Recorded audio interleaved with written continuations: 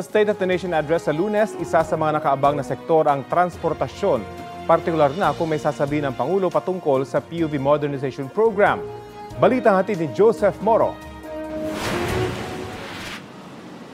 Bago na ang istasyon ng EDSA Bus Carousel sa bandang North Avenue na nasa tapat ng Philam Subdivision at malapit sa isang bagong casino complex at istasyon ng ginagawang subway.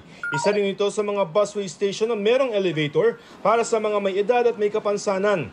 Yun nga lamang, may mga nagbabasag na ng elevator na gawa sa salamin o kaya na may sinisira ang wiring. Ingatan po natin kung kulong siya at hindi nakikita yung tao sa loob, pwedeng mulan ng krimen ito. Isusunod na ang mga CR na i-require daw sa kumpanyang mananalo sa privatization ng carousel. Siguro magiging part yan ng terms of reference natin. Habang ang bus system sa EDSA inaayos, ang modernisasyon sa mga jeepney patuloy na sinasalubong ng pagkwestiyon. Tinawag yang palpak kaya ipoprotesta yan ng grupong Piston at Bayan sa araw ng State of the Nation address ng Pangulo sa Lunes. Tatangkain daw nilang lumapit sa batasang pambansa. Ang SONA, dapat malapit ang mamamayan doon. Talagang isusubok yon. Ang MMDA naman magpapakalat ng lampas sa 1,000 mga enforcers para sa SONA.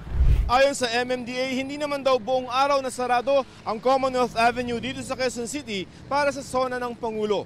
Siguro mga mid-afternoon namin isasara yung pong Commonwealth portion noon.